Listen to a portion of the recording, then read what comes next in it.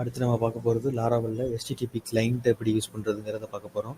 இந்த HTTP client வந்து பார்த்தீங்கன்னா, நீங்கள் மற்ற ஜேஎஸ் ஃப்ரேம்வொர்க்ஸ்லாம் பார்த்தீங்கன்னா தேர்ட் பார்ட்டி சர்வர்லேருந்து டேட்டா ஃபெச் பண்ணுறதுக்கு யூஸ் பண்ணுவாங்க. ஸோ லாராவெல்லையும் இப்போது தேர்ட் பார்ட்டி சர்வர்லேருந்து டேட்டாஸ் ஃபெச் பண்ணுறதுக்கு இல்லை க்ரியேட் பண்ணுறதுக்கு வந்து HTTP வந்து புதுசாக க்ரியேட் பண்ணியிருக்காங்க. ஸோ இதை எப்படி யூஸ் பண்ணுறதுங்கிறத பார்க்கலாம். இதில் இன்ட்ரடக்ஷனில் பார்த்தீங்கன்னா லாராவெல் எப்படி ஃபஸ்ட்டு ஸ்டார்டிங்கில் நீங்கள் இன்ஸ்டால் பண்ணும்போதே உங்களுக்கு வந்து இந்த கசில் HTTP கிளைண்ட்ன்ற பேக்கேஜ் வந்து இன்ஸ்டால் ஆகிருன்ற மாதிரி இங்கே கொடுத்துருக்காங்க. அப்படி இன்ஸ்டால் ஆகலைன்னா நீங்கள் கம்போசர் ரெக்வயர்னு சொல்லி இந்த கசில் HTTPன்னு சொல்லி இந்த கமெண்ட்டை நீங்கள் கொடுக்கும்போது அது வந்து உங்களுக்கு இன்ஸ்டால் ஆகிடும். ஸோ இதில் ஏற்கனவே உங்களுக்கு ப்ராஜெக்டில் இன்ஸ்டால் ஆயிருக்கா இல்லையன்றதை நீங்கள் செக் பண்ணி பார்த்துக்குங்க. ஒன்ஸ் நீங்கள் வந்து அந்த composer.json ஃபைலை ஓப்பன் பண்ணி பார்க்கும்போது இதில் கசில் http/gazil அப்படின்னு சொல்லி இங்கே இருக்கும். இது உங்களுக்கு இல்லைன்னா நீங்கள் அந்த கமெண்ட் போட்டு இன்ஸ்டால் பண்ணிக்கோங்க. இதில் ஏற்கனவே இருக்குது. ஸோ அதை நான் யூஸ் பண்ணலை. ஸோ ஏற்கனவே இருக்கிறதே நம்ம யூஸ் பண்ணிக்கலாம். ஸோ இதில் எப்படி ரிக்வஸ்ட் யூஸ் பண்ணுறதுன்னு சொல்லி இங்கே கொடுத்துருக்குறாங்க. ஒன்ஸ் இந்த பேக்கேஜ் வந்து இருக்குன்றதை நீங்கள் கன்ஃபார்ம் பண்ணிட்டீங்கன்னா இந்த லைனை வந்து நீங்கள் யூஸ் பண்ண போகிற அந்த கண்ட்ரோலரில் வந்து நம்ம பேஸ்ட் பண்ணிக்கிடுவோம். யூசர் கண்ட்ரோலரில் வந்து நான் அந்த லைனை நான் பேஸ்ட் பண்ணிக்கிறேன். அதுக்கப்புறம் ஒரு ரிக்வஸ்ட் வந்து நம்ம சர்வர்லேருந்து தேர்ட் பார்ட்டி சர்வர்லேருந்து நம்ம டேட்டா ஃபெச் பண்ணுறதுக்கு எக்ஸாம்பிளுக்கு ஒரு ஃபங்க்ஷன் வந்து கொடுத்துருக்குறாங்க.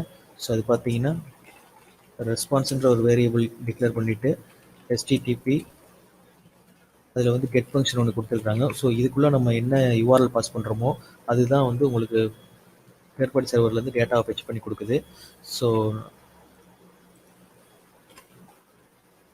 ஜேசான் பிளேஸ் ஹோல்டர்ன்ற வெப்சைட் பார்த்தீங்கன்னா உங்களுக்கு நார்மலாகவே உங்களுக்கு டம்மி டேட்டாஸ் யூஸ் பண்ணுறதுக்காக ரிக்வஸ்ட்லாம் செக் பண்ணுறதுக்காக யூஸ் பண்ணக்கூடிய ஒரு வெப்சைட்டு. நீங்கள் ஜேசான் பிளேஸ் ஹோல்டர்னு கூகுளில் தேடும்போதே உங்களுக்கு வந்து அந்த டேட்டாஸ் டம்மி டேட்டாஸ் ரெண்டர் ஆகும்.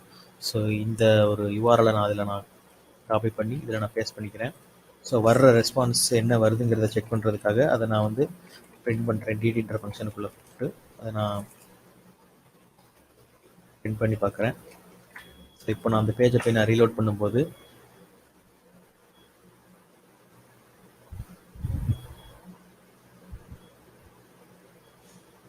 ஸோ எனக்கு இதில் நிறையா டேட்டாஸ் வந்து எனக்கு இங்கே லிஸ்ட் ஆகுது. ஓவராலாக இதில் என்னென்னலாம் லிஸ்ட் ஆகுதுங்கிறத நம்ம பார்த்தோம்னா நமக்கு கிளியரான டேட்டா இல்லை. ஃபுல்லாக என்னென்ன இருக்குதோ எல்லாத்தையும் மொத்தமாக நமக்கு டிஸ்பிளே பண்ணுது. ஸோ இதில் நமக்கு மெயினான கண்டென்ட் மட்டும் நம்ம இதில் பார்க்கணும்னா அதுக்கான ஃபங்க்ஷன்ஸ்லாம் வந்து இங்கே கொடுத்துருக்குறாங்க.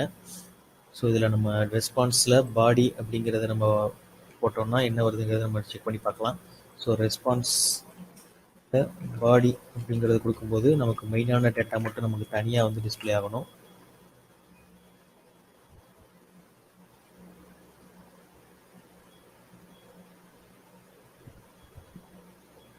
ஸோ இதை பார்த்தீங்கன்னா எனக்கு மெயினான டேட்டா மட்டும் தனியாக வந்திருக்கு. அதே மாதிரி இங்கே நீங்கள் என்ன டேட்டா இருந்துச்சோ நம்ம அந்த வெப்சைட்டை டேரெக்டாக கால் பண்ணும்போது என்ன டேட்டா ரிட்ரீவ் ஆச்சோ அதை வந்து உங்களுக்கு தனியாக அங்கே டிஸ்பிளே ஆகிட்டு இருக்கு. ஸோ அதே மாதிரி இங்கே பார்த்தீங்கன்னா என்ன இந்த ஜேசான் ஃபார்மெட்டில் நம்ம டிஸ்பிளே பண்ணணும்னா நம்ம அது ஜேசான் ஃபங்க்ஷன் கொடுத்துருக்காங்க. ஸோ இதுவே நான் ஜேசான் அப்படின்னு நான் ரீநேம் பண்ணிவிட்டு அந்த பேஜை நான் ரீலோட் பண்ணுறேன்.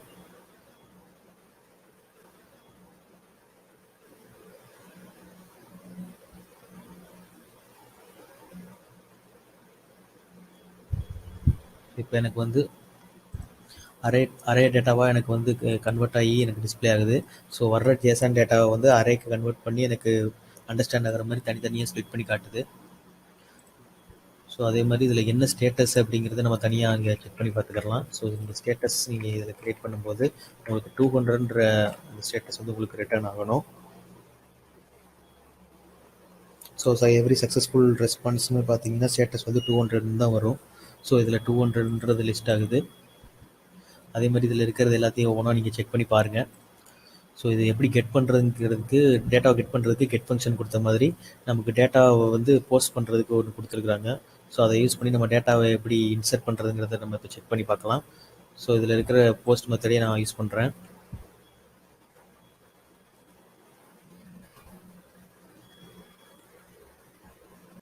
ஸோ இதில் செகண்ட் பேராமீட்டரில் வந்து நம்ம என்ன டேட்டா கொடுக்குறோமோ அது அங்கே இன்சர்ட் ஆகும்.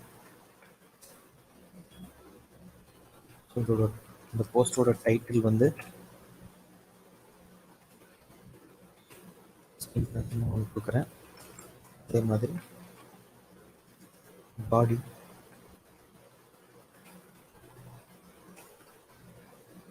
வந்து தனி மெசேஜ் ஒன்று கொடுக்குறேன். இதில் டைட்டில் பாடி அது மட்டும்தான் இருக்குது, வேறு எதுவும் இல்லை. ஸோ நம்ம இதை மட்டும் நம்ம இப்போ இன்செர்ட் பண்ணி பார்க்கலாம்.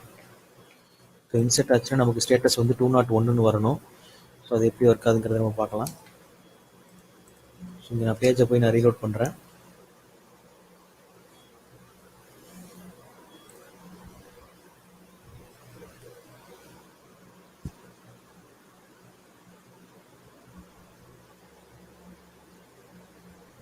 ஸோ இங்கே எனக்கு ஸ்டேட்டஸ் பார்த்தீங்கன்னா 201 வருது. ஸோ 201 எனக்கு டேட்டா க்ரியேட் ஆகுது. ஸோ எனக்கு கரெக்டாக இந்த ரிக்வஸ்ட் வந்து எனக்கு ஒர்க் ஆகுது.